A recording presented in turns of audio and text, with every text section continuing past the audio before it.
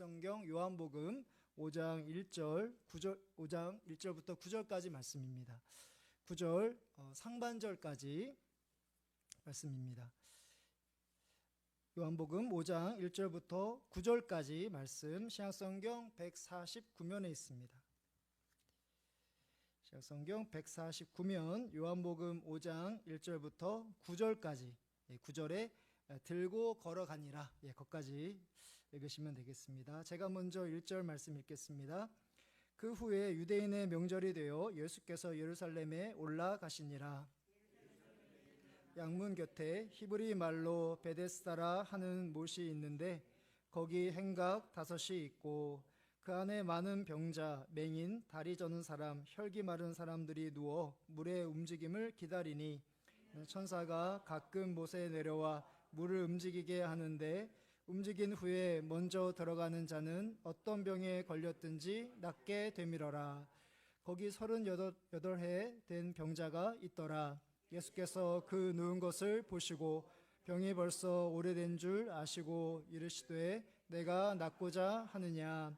병자가 대답하되 주여 물에 움직일 때 나를 못에 넣어주는 사람이 없어 내가 가는 동안에 다른 사람이 먼저 내려가나이다. 예수께서 이르시되 일어나 내 자리를 들고 걸어가라 하시니 함께 읽겠습니다. 그 사람이 곧 나아서 자리를 들고 걸어가니라. 아멘. 오늘 말씀에 예수님은 명절이 되어 예루살렘에 올라가십니다. 1절 말씀에서 그 후에 유대인의 명절이 되어 예수께서 예루살렘에 올라가시니라.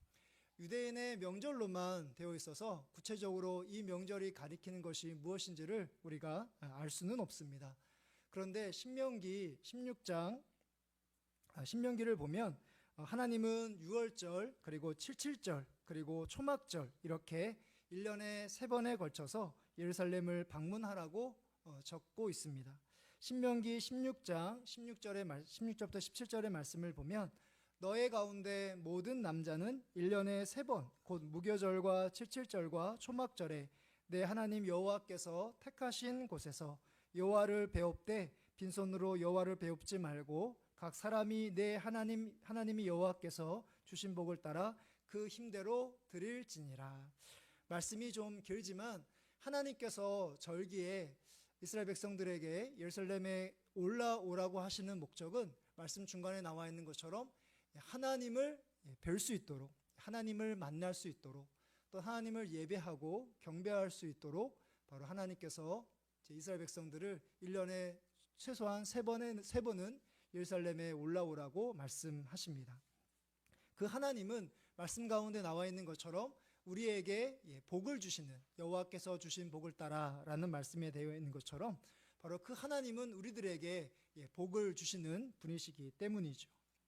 오늘 말씀에 나와 있는 절기와 우리가 드리는 수요 기도회가 딱 맞아 떨어지지는 않는다 할지라도 하나님께서 우리를 수요 기도회 자리로 부르신 것 역시 바로 우리가 기도회를 통해서 하나님을 뵐 수 있도록 하나님께 기도하고 예배할 수 있도록 바로 하나님께서 우리를 부르십니다. 바로 하나님은 우리들에게 복을 주시는 분이시라는 것을 우리가 다시금 이 기도회를 통해서 알기를 원하시는 것이죠. 이 기도회의 의미를 마음에 늘 간직하시고 지금처럼 변함없이 수요 기도의 자리를 늘 지키시기를 바랍니다. 그래서 습관적으로 우리 몸만 이곳에 있는 것이 아니라 우리의 영혼이 바로 하나님께 마음을 두고 그분을 예배하고 또한 기도하는 것을 통해서 우리가 알고 있는 그 하나님을 다시 마음에 새기시는 여러분들 되시기를 간절히 바랍니다. 하나님을 진심으로 뵙고 그분께 중심을 두는 예수님의 모습을 우리가 오늘 말씀에서 살펴볼 수 있는데요. 예수님은 오늘 말씀에서 우리에게 하나님의 자비를 다시금 생각하게 하고 계십니다.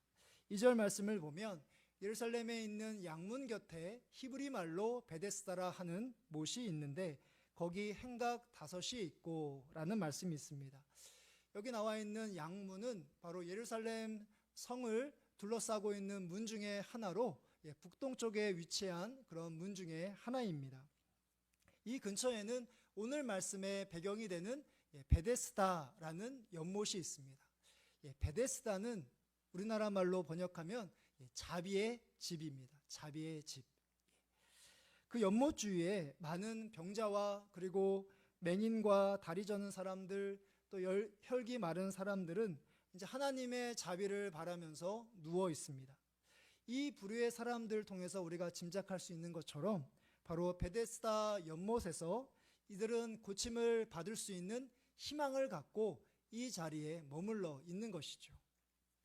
그 희망이란 오래전부터 내려온 이야기로 그 내용이 4절 말씀에 적혀 있습니다.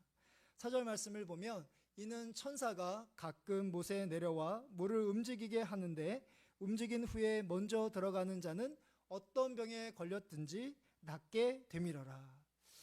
정말 이런 일이 있었는지 우리가 알 수 없고 설령 있다 할지라도 그 천사가 언제 내려올지 모르는, 그러니까 오늘 말씀에 나와 있는 이 병자들에게는 정말 희망 고문과 같습니다.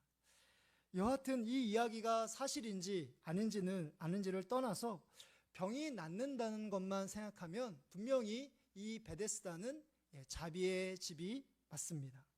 그렇지만 이 전설을 자세히 들여다보면 고침받는 사람은 모든 사람들이 고침을 받는 것이 아니라 단 한 사람, 가장 먼저 연못에 들어갈 수 있는 단 한 사람만 고침을 받을 수 있습니다. 많은 병자 중에서 그 자리에서 일어나서 이제 천사가 내려와서 그 못이 움직이는 것을 발견했을 때 그 많은 병자들 중에서 가장 먼저 들어가는 한 사람만이 고침을 받을 수 있었던 것이죠. 조금 이따 살펴보겠지만 몸 상태가 심각해서 스스로 움직일 수 없는 38년 된 이 병자는 물이 움직이는 것을 본다 할지라도 자기가 가장 먼저 들어갈 수 없는, 들어갈 가능성이 제로인 그런 사람이 오늘 말씀에 우리가 조금 있다가 살펴보게 될 것입니다. 먼저 들어가는 한 사람에게는 자비가 될지 모르겠지만 대다수 사람에게는 비극이나 다름이 없습니다. 서로가 눈치를 보고 또한 자신이 고침을 받기 위한 경쟁 상대로밖에 여길 수가 없는 것이죠. 이렇게 베데스다의 겉모습은 그럴듯한 자비의 집처럼 보이지만 실제로는 자비는 찾아보기 힘든 경쟁과 또한 능력만이 존재하는 이 세상의 냉혹한 현실과 세상을 대변해 주고 있습니다. 그렇게 천사가 언제 내려올지 알 수 없는 그런 상황 가운데 그 희망을 갖고 그렇게 베데스다 연못에 누워 있다가 그렇게 생을 마감하게 되는 이 베데스다는 진정으로 자비의 집이 아니라 그 많은 사람들에게 죽음의 집이나 다름이 없었던 것이죠. 우리나라 감독이 만든 넷플릭스 드라마 가운데 오징어 게임이라는 그런 드라마가 있습니다. 보신 적이 있으시기도 하고 또는 뉴스를 통해서 접하셨을 텐데요. 이 세상에서 많이 흥행했던 그런 드라마입니다. 3편까지 최근에 만들었는데요. 이 영화의 스토리는 456억 원의 상금을 타기 위해서 456명이 참여하는 서바이벌 게임입니다. 그 중에서 모든 게임에서 승리하는 단 한 사람만이 456억 원을 차지할 수 있습니다. 거기에는 바로 오늘 말씀에 나와 있는 이 병자들처럼 세상에서 정말 마지막 순간에 다다른 그런 사람들이 그 게임에 참여하게 됩니다. 자신의 힘으로는 더 이상 살 희망이 보이지 않기 때문에 그 오징어 게임에 바로 참여하여 자신이 그 456억 원을 가지려고 하는 것이죠. 그런데 이 게임은요, 잘 아시는 것처럼 단순한 서바이벌 게임이 아니라 한 사람은 그것을 다 차지할 수 있지만 대부분의 사람들은 죽게 되는 그런 게임입니다. 살아서 나올 수 없는 그런 게임입니다.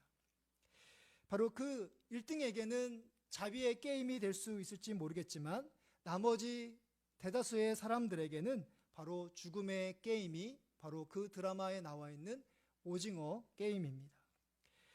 베데스다가 오늘 말씀에서 예루살렘 성 안에 있는 것처럼 바로 우리가 신앙생활하는 교회 안에도 바로 이러한 현실, 이러한 경쟁이 존재할 수 있습니다.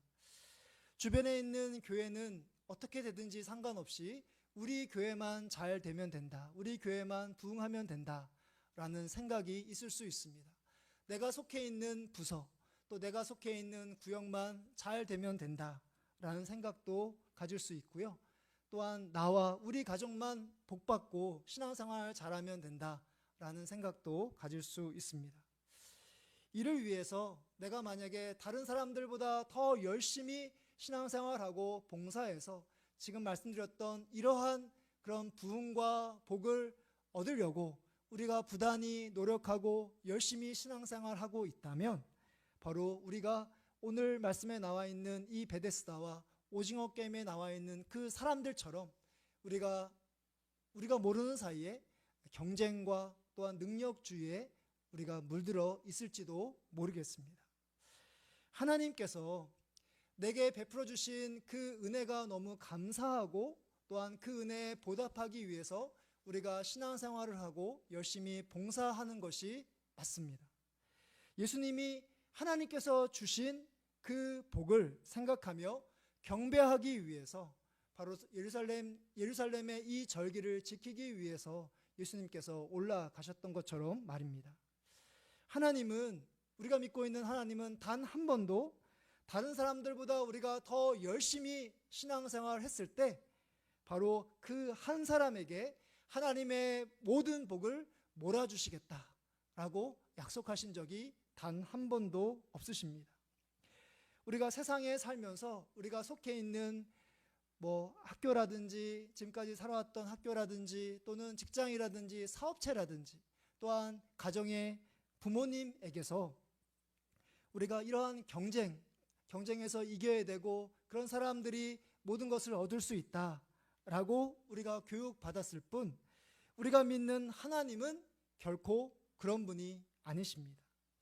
우리가 하나님을 오해하여, 그러니까 우리가 생각하는 그런 하나님을 만들어서 내가 다른 사람들보다 더 열심히 신앙생활하고 봉사하면 하나님께서 내게 원하시는 그런 복을 주시겠지라고 하나님께서 우리에게 말씀을 통해서 보여주시는 하나님이 아니라 내가 만든 하나님, 그러니까 내가 사회생활을 하면서 경험했던 세상의 리더나 또 내가 모시고 있었던 그분들을 통해서 내가 습득했던 그것이 진리인 것처럼 여겼던 그런 것을 가지고 우리가 하나님을 오해하고 또 그런 하나님을 만들어서 내가 열심히 신앙생활을 할 수 있는 그런 가능성이 우리들 가운데 있다는 것이죠.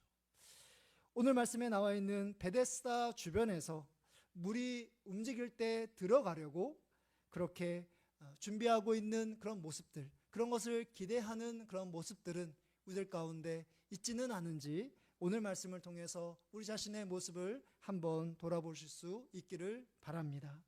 이제 마지막에서 예수님은 이제 5절 이하에서 진정한 자비를 베풀고 계십니다. 5절부터 6절의 말씀인데요. 우리 같이 함께 한번 읽어보도록 하겠습니다. 거기 38에 된 병자가 있더라. 예수께서 그 누운 것을 보시고 병이 벌써 오래된 줄 아시고 이르시되 내가 낫고자 하느냐. 아멘.